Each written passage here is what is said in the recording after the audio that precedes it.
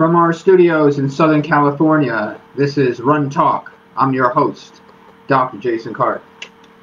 On today's episode, we're going to do something fun and interesting. Yesterday was my 48th birthday. Yay! And so today's episode is going to be 48 ways to become a better runner. So we're going to whip through these pretty quick. I'll give just a little bit of information about each one. And this will be fun to go through 48 different ways to become a better runner. So many of these come from my book. If you haven't gotten this book yet, 101 Winning Racing Strategies for Runners. That came out in about 2010 or 11, somewhere around there. So pick up that book. And here we go. We're going to start. Number one, and this is in random order. No special order. So the first one isn't necessarily the most important, or the 48th one isn't necessarily the most important. But 48 ways to become a better runner. So number one, train smarter. And train smarter means a lot of different things. It means understanding the purpose of the workout so that you match the right pace to the purpose. You know, not running faster than what you need to meet the purpose of the workout. That's a very smart way to train. Most people, they don't match the pace to the purpose of the workout. Another way of training smarter is to be very systematic about how you increase the training load. You know, instead of just doing things randomly, have a system that you're working with. You're not increasing the volume or intensity too quickly for your body to adapt. Not increasing the volume and intensity at the same time. A lot of people will do that. If you do long runs, not making the long run, not increasing it at too rapid of a rate. The long run should mimic what's happening during the rest of the week. So training smarter means a lot of different things about the specifics of the training. Work on your training, not just in your training. So that's number one way to become a better runner, train smarter. Number two, train with a good coach. It's often helpful to have an outside pair of eyes. You can't always see things yourself. And when you're trying to coach yourself, it's very difficult because you're too much in the weeds. You need that CEO, so to speak. I'm in business school now, so I'm thinking these things are on the top of my mind. So having a good coach is like having a CEO, somebody who can manage the operation, somebody who can see what's going on, whereas when you're training yourself, it's very hard to see because you're in the middle of it, you're caught in the weeds. And so number two is to train with a good coach. Number three, have a training plan, and this is something obviously that the coach can help you with, is to have a plan, just like in anything else in life. If you work for a company and you have to do a presentation, you have a plan going into that presentation in front of the CEO. You're not just winging it. It's the same thing with running. You have a plan. You know what you want to accomplish, and you have a plan to get there. So that's number three, is have a training plan. The fourth way to become a better runner, run more. Most people don't run as much as they could, and running more has such a big impact on your running performance. So say you're running 20 miles a week, try running 30 miles a week. Or if you're already running 80 miles a week, try running 90. Run more. Now, of course, there's going to be a cap to that. Don't run 200 miles a week. There's going to be a diminishing return. You can't just keep increasing the training and expect to keep getting faster and faster. There will be a limit at which you'll stop adapting, and that's individual. We all have our ceiling to which we stop adapting. But explore and try to find out what that ceiling is. So number four is run more. Number five, improve your running mechanics. Most people don't spend time on learning how to run, but think about if you were to do another kind of a sport. You would spend time learning the skill of that sport before you start doing a lot of training in that sport. You got to learn how to swim before becoming a swimmer. You have to learn cross-country skiing before becoming a skier. You have to learn how to downhill ski before going out and just hitting the slopes. And so the same thing applies to running. Learn how to become a better runner. Learn the technique of running. Work on the running mechanics. Number six, improve your aerobic base. It's very important to spend time working on the aerobic base before you put in the speed work.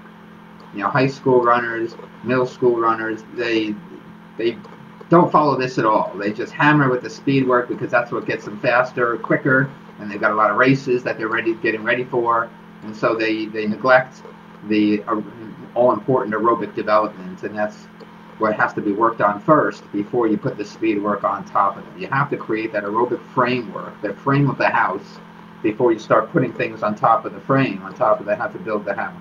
You got to build the base of the house first. So 6 is improve your aerobic base.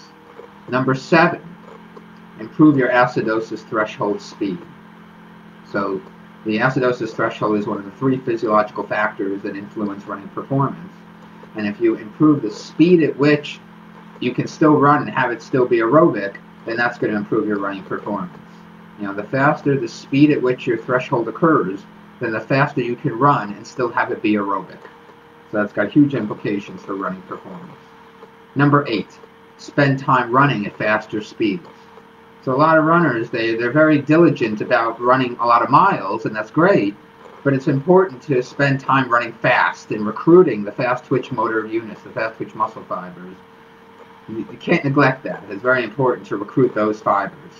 And so spend time running at faster speeds. Your training should cover the whole range of speeds, from very, very slow all the way to very, very fast. Okay, so spend time recruiting fast twitch fibers and running at faster speeds. Number 9, increase your VO2 max. So VO2 max is one of the other 3 physiological factors that influence running performance. And VO2 max represents the size of the aerobic engine, the fastest rate at which oxygen can be consumed. And so VO2 max is the king. You have to have a good VO2 max if you want to be a better runner. If you take thousands of runners and look at their race performances, and you find a correlation between their VO2 max and how fast they run a race, there's going to be a very high correlation between VO2 max and running performance, running time. And that's only not a high correlation when you're looking at like the very top or a homogeneous group of people who have similar VO2 max values. Then there's going to be other things that separate their race performances. But as a cross-section of the population, VO2 max is king. You can predict the finishing order of races based on VO2 max. And so VO2 max is very important. And so interval training is one big thing that's going to improve VO2 max, to work at the heart's maximum capability to pump blood and oxygen, which will improve the maximum ability to consume oxygen. So number 9 is improve VO2 max to become a better runner. Number 10, increase your anaerobic capacity. So this is something that's also neglected a lot by runners, because they think, well, if they're running a marathon or they're running a half marathon or even a 10K, they don't focus on the anaerobic side of things. But it's very important to focus on pure speed. If you look at really good runners, even marathon runners, they're still very fast. They still have very good anaerobic capabilities. You also have to work on anaerobic capabilities even to be a good long-distance runner. And so work on anaerobic capacity with shorter, faster interval training. Number 11, maximize recovery. So recovery is when all the adaptations occur. You make more mitochondria, you start building a greater capillary network, your heart enlarges so it can pump more blood and oxygen. All these things don't happen when you're running. They happen when you're recovering from the workout. It's all about the response to stress. It all goes back to Hans Selye's general adaptation syndrome that he came up with in the early 1950, and how biological organisms respond and adapt to stress. And so it's true for training too. We apply a stress, and then when we're recovering, we adapt to that stress so that the same stress, if encountered again, doesn't cause the same degree of physiological disruption. And that's the whole point of training. And so recovery is extremely important. Okay, so maximize recovery. Number 12, get more powerful muscles. There's something to be said for being powerful. Even as a distance runner, you still have to be powerful. What does power mean? Power is the rate of doing work. It's the rate of force development. It's how quickly the ball of your foot can apply force to the ground. And so you got to work on that. Plyometrics, running fastest, goes back into running at faster speeds. Running faster speeds, doing some plyometric activities, anything that's going to improve power production, the rate of force development, the ability to apply a lot of force to the ground very quickly. Okay, so number 12 is get more powerful muscles. Number 13, train with others. I do all my running, especially during this pandemic, I've been doing all my running by myself. But it's often helpful to train with other people, not just for the social atmosphere and the camaraderie, but also to push yourself. Because if you train with somebody who's just slightly faster than you, that's helpful, because then you're always working to to run at that person's speed. You don't want to train with someone who's a lot faster than you, because then you're going to get run into the ground. But someone who's at your level or even just slightly faster than you is very, very helpful to help you become a better runner. It's also motivating and inspiring because you want to reach their level. I mean, I remember I was in high school, I would try to run with the faster kids to try to reach their level. I wanted to make, the varsity, and when I was a freshman, sophomore, I wanted to make varsity, so I'm running with the varsity kids to try to reach their level so that I could break into the varsity. And so it's always a good idea to run with people who are slightly better than you. Number 14, understand adaptation and train progressively. So as I just mentioned about how human beings adapt to the training. Understand the timeline for adaptation so that when you plan the training, or if you have a coach plans the training, then you can train progressively. You can plan the training in such a way that you add more stress as you've recovered from the previous stress, so that you keep spiraling upwards instead of spiraling downwards because you're just adding too much stress too soon. You have to understand the timeline for adaptation so that when you apply the stress at the right moments, then you can train progressively. Number 15. Wow, this is fun. We're going to get to all the way to 48. Stay with me. Number 15. Taper your training before important races. So again, this ties into recovery. The whole idea of tapering started with swimmers. They're the ones who are most studied and most known for their tapering practices. But runners can also benefit from this. And especially the longer the race. The longer the race, typically the longer the taper. And so the whole point of tapering is to maintain fitness as you reduce fatigue. So if you were to graph this, you have two lines on the graph. One is the fatigue line and one is the fitness line. And it's the uncoupling of those two lines where you can actually see an improvement in fitness because you've dropped off the fatigue during the taper. During training, oftentimes the fitness is masked because even though you're improving fitness, you're also accumulating fatigue. So it's during that taper where you have that uncoupling of the fitness and fatigue curves on the graph, and you can actually see the improvement in performance. You can see the improvement in fitness. Okay? So number 15, taper your training before important races. Number 16, become very familiar with what different paces feel like. So it's really important to understand so that you're not a slave to the watch or a slave to the GPS, a slave to the pace that it's telling you. You want to become very familiar with what different paces feel like so that you can duplicate that without having to look at your watch. Number 17, periodize your training. Understand what it means to do different kinds of training at different times of the year, what you have to focus on first, what you have to focus on fifth or seventh in the series of things you have to focus on, and then plan your training, periodize. The word periodization comes from planning to train the periods of the year. And so plan the training based on different periods of the year. Periodize your training instead of having the same kind of training throughout the whole year.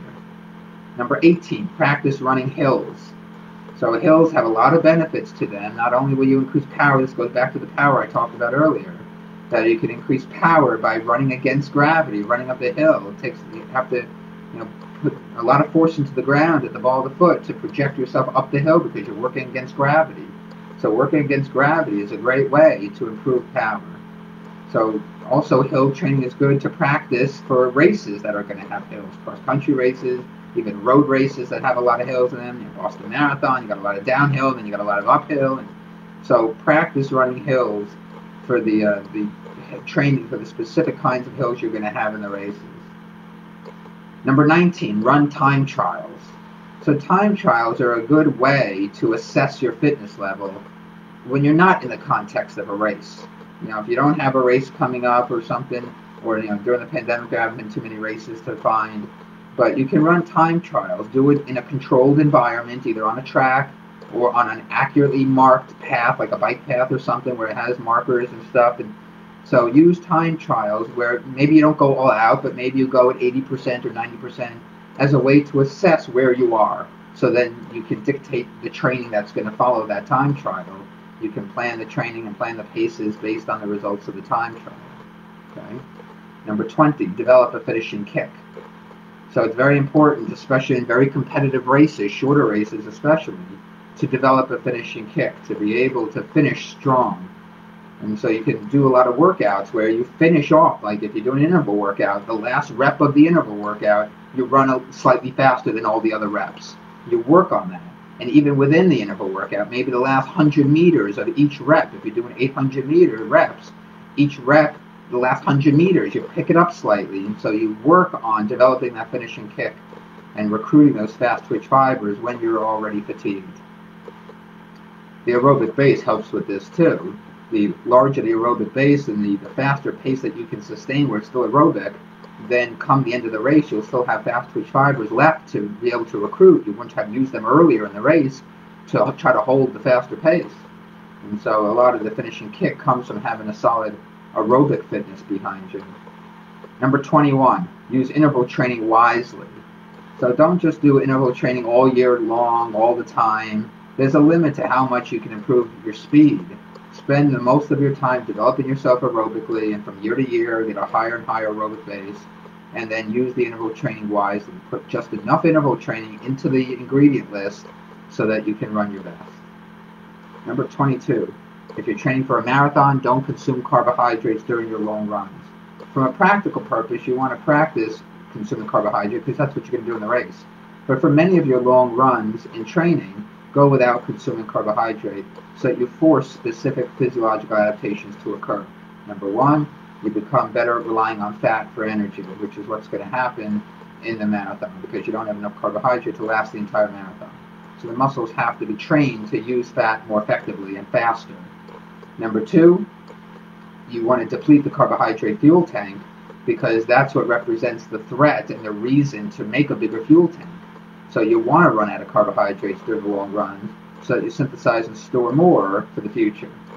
And number three, to turn on your liver's ability to create new glucose. That's through gluconeogenesis, the formation of new glucose through non-carbohydrate sources. And so when you run out of carbohydrate during the long runs, that's a very strong signal for your liver to jump into action and make more glucose from things that are not glucose. It'll take other things. It'll take lactate, it'll take amino acids from protein breakdown and turn it into glucose. Okay, so that's number 22. If you're training for a marathon, don't consume carbohydrates during at least many or some of your long runs. Number 23, train to your strengths. Skew your training to what you're naturally good at. If you know you're very good at endurance, then skew the training toward the hard endurance workouts.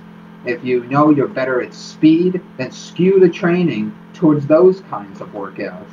And maybe build endurance through a higher volume of interval training. That's what I tend to do because I've always been better at speed than endurance. So the way I build endurance is through doing a higher number of reps during interval workouts because I'm better at the speed. So skew your training to what you're naturally good at. Your talent, your genetics overrides everything else. So find out what you're good at and skew your training to your strengths. Number 24, get a bigger heart. And I mean this both literally as well as figuratively. So literally, some of the interval training you do to train VO2 max, it will literally enlarge your heart so that it can hold more blood in the left ventricle and subsequently pump more blood with every beat. And so you want to make a bigger heart that can pump more blood and oxygen. That is paramount to become a better runner. And then figuratively, when you're in races, you run with your emotion, you run with your heart. You want a bigger heart that you can really fill with emotion to let that emotion come out when you race. Okay, we're halfway done. 24. Now we're up to 25. Second half. Take a breath. 25. We're going 48 strategies to become a better runner. Number 25. Live at altitude, but train at sea level. So altitude training can help make more red blood cells, but if you spend a lot of time in altitude training, then over time you start running slow because all your workouts are slower than what they normally are at sea level. So you make more red blood cells on one hand, but you're training at slower speeds on the other. And so the trick to altitude training is to figure out that right delicate balance where you can maximize the red blood cell production, but still be able to train at sea level speeds. So the best way to do altitude training is to live and do your easy aerobic training at altitude, but then do the faster workouts at or very close to sea level so that you can still maintain the speed. If you're living at altitude and you can't go back and forth, it's really hard to go back and forth, So one thing I suggest is to do some workouts at altitude at your sea level speed, but you decrease the volume of it. So say you're doing 800 meter reps where you normally would do that at sea level. Maybe do 400 or 600 meter reps at altitude, but do it at the sea level speed that you would normally do that workout at sea level, so that you can maintain the speed when you're living in altitude for many months at a time. That's a little trick. You get a bonus. You get that little trick here. And number 25, live at altitude but train at sea level. Number 26, train consistently. Consistency is such a big part of the adaptation to training. So if from week to week, month to month, year to year, one big way to become a better runner is train consistently. Don't miss workouts, don't miss long runs, don't miss all the different components of training. Every week, get everything in. Think of 1 week at a time, even 1 day at a time, and get everything in. And over time, you're going to make all these adaptations, which will help you become a better runner. Number 27, train with purpose. So every day you go out the door, know what it is you're trying to accomplish. Just like a lot of other things in life. This is why I'm always using running as a metaphor for life. Because there's a lot of things that we can learn from running that we can apply to other areas of our lives. And so if you have purpose to what you're doing, you understand what you're doing, you bring responsibility to what you're doing, and that will help you be a better runner, is to have purpose to what you're doing. Number 28, use benchmarks. So this ties in back to the time trials I talked about earlier. You can either use a time trial, or even use a real race, or even a specific benchmark type of a workout that will give you information about where your current fitness level is. So use benchmarks along the way so that you know where you are, and that can help you get you where you want to go. Then you can plan the training accordingly based on where you are. Number 29, know your opponent's strengths and weaknesses and capitalize on them. So, life is about competition. When you run races, you're competing against other people. You're not just competing against yourself, you are competing against other people. When we evolved, our ancient ancestors had to compete against other people. They had to be more fit than their competitors, otherwise their competitors would have survived rather than them surviving. And they're next generation of people. It's all about natural selection. And so racing is the same way. If you know what your competitors' strengths and weaknesses are, then you can come up with ways to beat them when it's time to run a race. Okay, for example, if you know somebody has a good kick and your kick isn't as good, then you need to do everything you can to stay as close to that person in the race as possible and not let them get ahead of you. Because if they get too far ahead of you and they've got a better kick than you do, you're not going to be able to catch them. Conversely, if you know that you have a better kick than someone else, then that plays into your favor. Then that plays. Then you can strategize about how you're going to run the race to be able to separate yourself from them. You can sit and wait. You can even let them be in front of you. If you know you have a better kick than them, you can sit and wait until the last moments of the race to blow by them. So it helps you strategize as to how to run the races.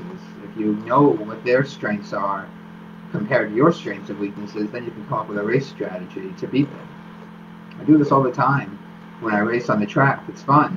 Like when you race, like lots of times I'll go to I'll tell you a quick story. When I go to like all-comers track meets, and they get a lot of younger runners, a lot of high school runners will jump into those races, and they're all full of adrenaline, and they all go out fast in the beginning. And I know that if I run a smarter race than them, I can often beat them. And that happens quite often, that I'll let them go out fast, and then as we get into later stages of the race, I end up passing them because they went out too fast and they blow up. That happens all the time. So know what your competitive strengths and weaknesses are so that you can capitalize them in a race. Number 30, play head games with your opponents. So there's also a psychology part of running. You can play head games with people. When you go to a starting line of a race, you can say things that are going to get in their head and mess up their confidence. And that kind of stuff is fun to do because it's a game about it. People are not just physical beings, we're also psychological beings, and we can think of things differently than other animals. And you can really mess with people's heads and beat them even before the race starts, just knowing the things to say, knowing what buttons to push. And so you can have a lot of fun with that by saying something to them, or exuding even more confidence than you really have about your own performance, and they see that and they think, oh boy, that person's really confident, so I don't think I can beat them. So there's a lot of tricks you can play to get inside the head of your competitors. Number 31, visualize your race before it happens. And so, I remember learning about this when I was studying sports psychology when I was an undergraduate. I took a sports psychology class from this well-known sports psychologist, and he talked a lot about visualization.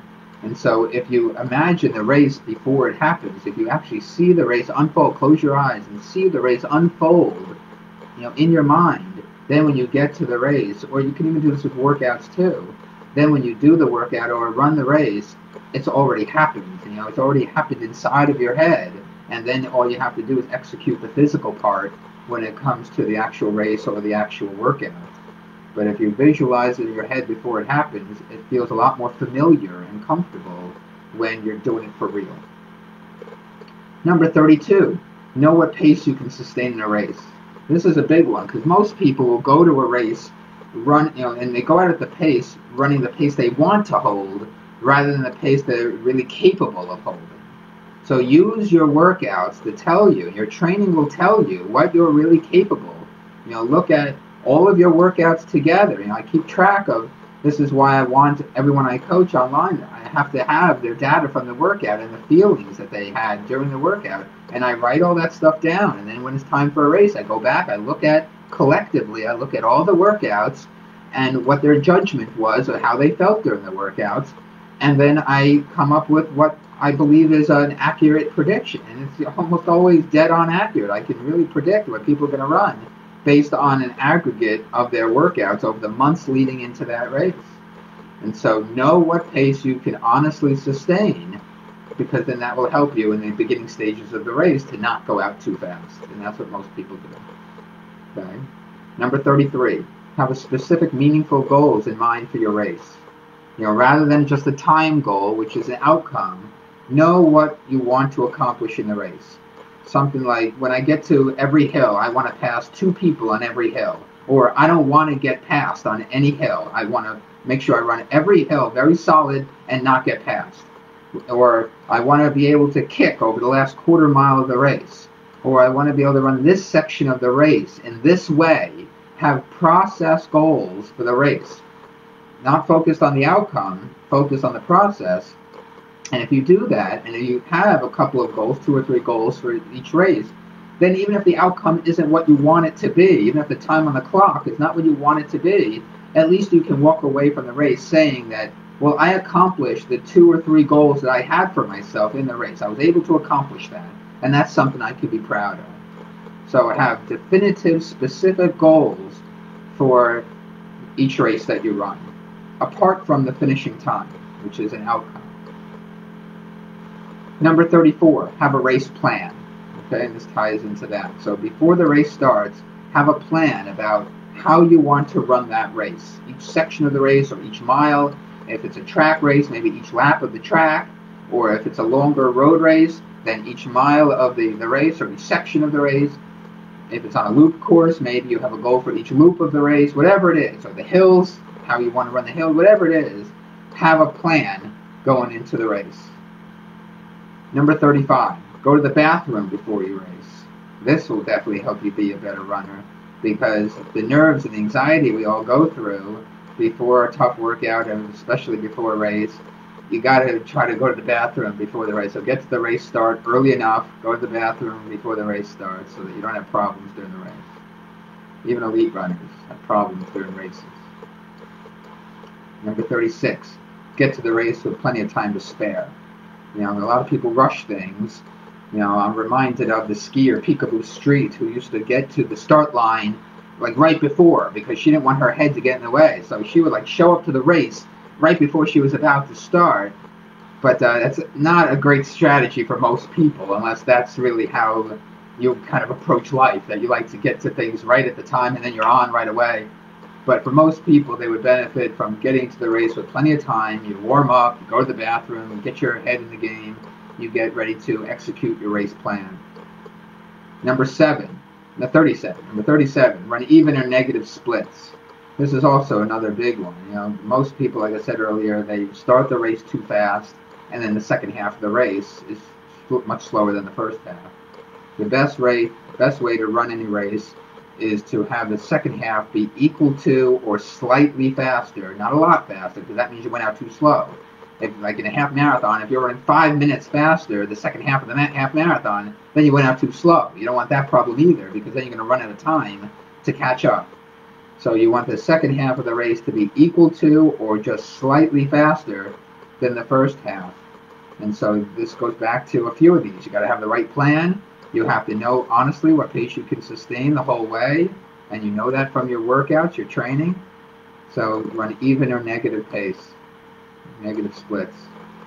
Number 38, run fast up a hill. Most people get intimidated when they see a hill. A hill is a great way to break other people and to also stay on the pace that you're running and not let the pace fall off too much.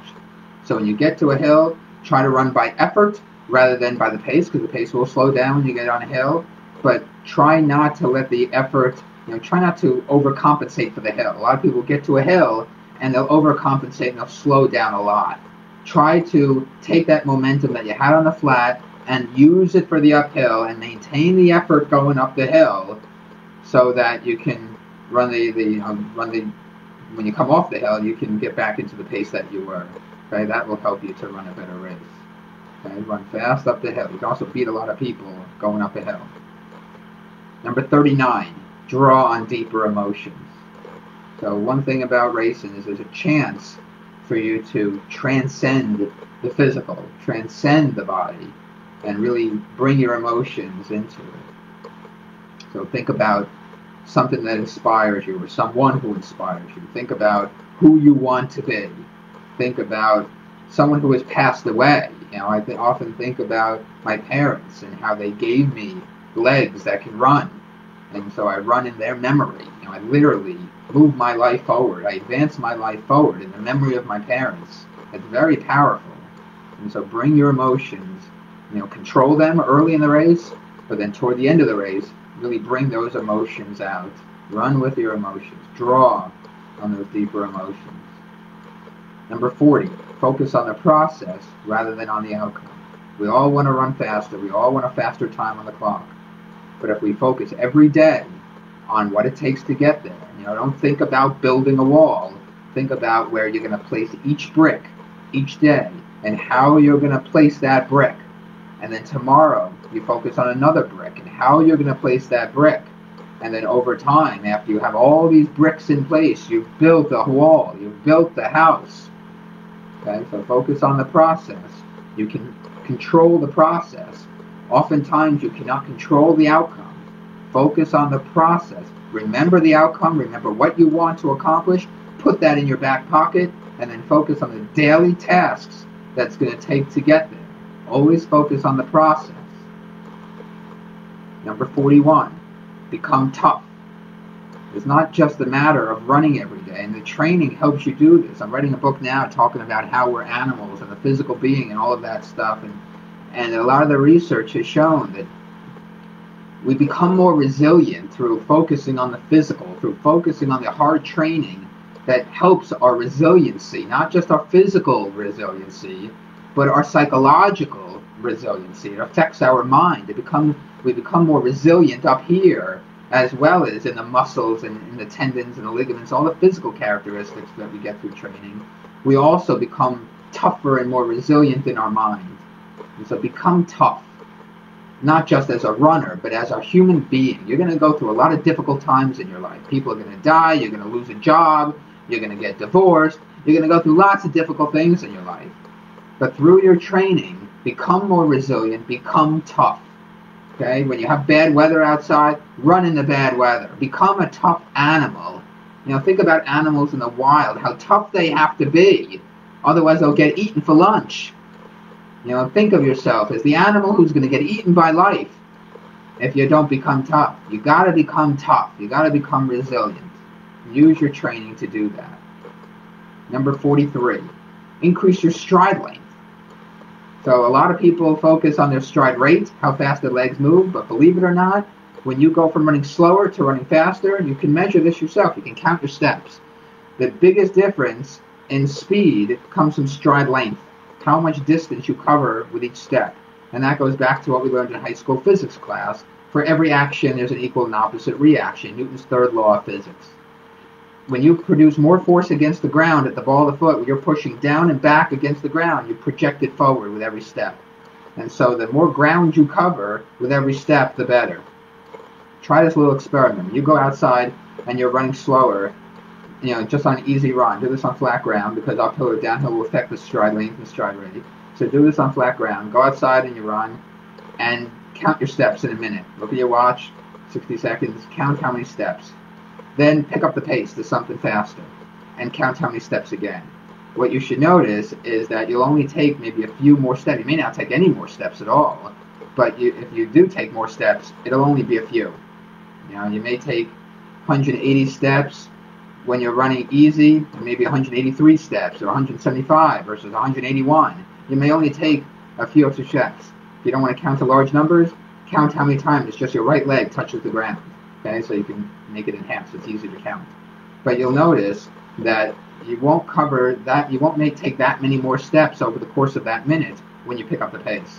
The reason we are able to pick up the pace is because you're producing more force against the ground. If there was a force plate in the ground when you're running and you were to measure force, then that's what you would see. That when you're running slower, you're not producing as much force against the ground compared to when you're running faster. That's what makes the bigger difference. So work on your stride length. And so that goes back to improving power. That's one way to improve stride length. Improve power production against the ground. Produce more force quicker against the ground. Another way is to improve hip extension, because you want to, that's one place. That's one place that you need flexibility as a runner to improve hip extension, so you can get full hip extension and produce more force for a longer period of time against the ground. So those are two major ways to improve force production, improve stride length. One is greater force production, and one is through hip extension, getting greater hip flexibility, hip extension. Okay, so increased stride length is number 43. We're almost at the end. Stay with me. Number 44, know your strengths and weaknesses and run to your strengths, train to your strengths. So know if you're better at speed than endurance or endurance versus speed. Know how much volume you can handle, how much intensity you can handle. Know how much time you need to recover in between hard workouts. Know all of those strengths. Know what your strengths are so that you can train to your strengths. And even psychologically, are you really good at holding a hard pace for a long period of time psychologically? Or are you like me? You're very intense and you can deal with a lot of discomfort for a very short period of time. That's why I love the intensity of short races, because I'm an intense guy. I don't like the long, drawn-out things like a marathon, but some people love that. And so know what your strengths are, both physically, psychologically, and skew your training to your strengths. Number 45, learn the right moves. Now this is also a big one, because there's a lot of moves that you need to know when it comes to running, training, racing, all those things. Learn the right moves. Really learn about what it means to become a better runner. Learn what the right moves are about running. Know why you shouldn't do workouts at 5K pace, why it's better to do workouts at lactate threshold pace or VO2 max pace. Know what the right moves are. Know what the right moves are about all the different training components. And that will help you be a better runner. Number 46. Train your VO2 max, lactate threshold, and running economy, the three major players of distance running performance. Know what VO2 max is, know what kinds of workouts target VO2 max, lactate threshold, know what that is, know specific kinds of workouts and how to train it, know what running economy is and specific workouts and how to train it, and then when to space that out during the whole course of the year. When do you do the VO2 max workouts? When do you do the lactate threshold workouts? And when do you do the running economy workouts? Know how to piece it all together. Know what those things are, know how to train them, know when to train them. And this goes back to having a coach. The coach can help you with it. The coach should know all of that. Number 47, stop worrying about stuff. Runners, I swear, they must all be Jewish, because, us Jewish runners, we worry about stuff. Jews always worry. And runners always worry. They're always worrying about stuff. Oh, how am I going to do this? How am I going to do that? How am I going to get to the race? How am I going to run today? They're worried about workouts. They're worried about races. Stop worrying about everything. Just focus on the training. Focus on placing the brick today. That's all you focus on. Block out everything else. Focus on placing today's brick in the exact way you need to place that brick in order to build a fantastic house. And then tomorrow you come back and you place another brick and you do the same thing. Stop worrying so much. Just do the workouts and run the race. Become the animal that you are. Stop thinking so much. Become the human animal that you are. Stop worrying so much. And number 48, focus and execute. You know, the ability to focus is a very unique, sometimes it's unique and sometimes it's not a unique animalistic thing that we do. You know, other animals focus very much. When they're going to chase their lunch, they focus. But the thing is that they don't know not to. And that's what makes humans different. We know that we can lose focus. Another animal is not aware of their focus. They just focus on the target. Humans are aware of their own focus. And so that's one thing that makes us unique from all other animals chasing their lunch in the wild. So focus. Don't get distracted. It's very easy to get distracted with my weekly run talks, because you got this guy trying to be funny sometimes and giving a lot of information every week. It's easy to get distracted. It's easy to get distracted with social media. You see, men see a good-looking girl while they're scrolling social media. All of a sudden, they look at the good-looking girl. Men get distracted all the time by women on social media. But women can also get distracted by good-looking guys. I'll take that as a compliment. Thank you very much. But you got to learn how to focus. Focus on what you're doing when you're doing it. Stop worrying about everything else. Focus on what you're doing when you're doing it, and execute the plan. We talked about plan earlier. Focus and execute the plan. And if you do that, you're going to be much more successful as a runner, and you're going to be much more successful in everything else in your life. When you're spending time with your kids, focus and execute on your kids. Execute whatever you're doing with your kids. If you're playing a game, execute the game. Focus on playing with your kids. Focus on helping them do with their homework. Whatever it is you're doing with the kids, focus on your kids. When you're outside running, focus on the running. Don't worry about your kids. You got to block things out. Focus on what you're doing when you're doing it, and execute the game plan. And there you go. 48 ways for my 48th birthday yesterday. Woo woo! 48 ways to become a better runner. Okay? So I'm not going to spend time going over them again. You can play back the video. 48 ways in honor of my 48th birthday yesterday. 48 ways to become a better runner. Okay, there you go. You follow all 48 of those things. So hopefully you got through all 48. Hopefully you listened the whole time. Thank you very much for coming. I really appreciate it.